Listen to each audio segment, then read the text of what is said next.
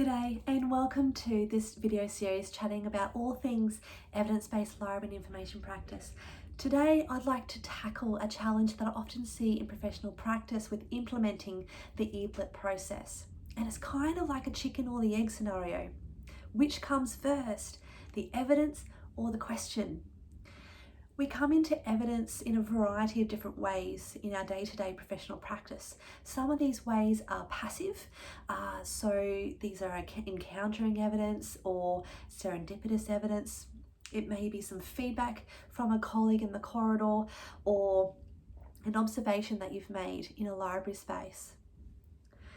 And then there are those more proactive ways, such as engaging or creating evidence. And I think it's these more passive ways of coming into evidence that leads to those more deliberate actions associated with engaging with the EBLIP process.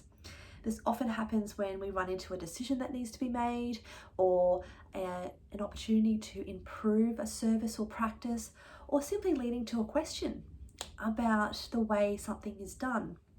And so when we're more intentional or deliberate about the EBLIP process, the question needs to come before the evidence. Do these scenarios sound familiar? We have a new service, let's do a survey. Or we have a new library system, let's get all the reports. At this point, I'd like to invite you to reflect upon the question, what is it that you'd like to find out?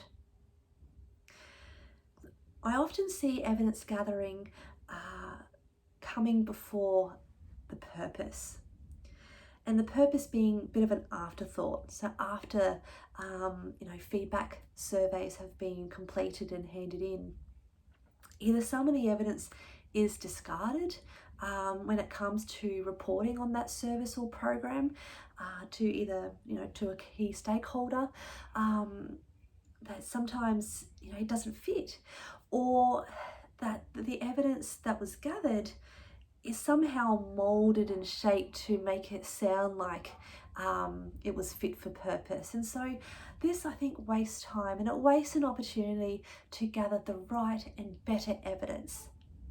If you consider the question, need or purpose before the evidence gathering happens, we can have better or the right evidence on which to inform decision making and service improvement.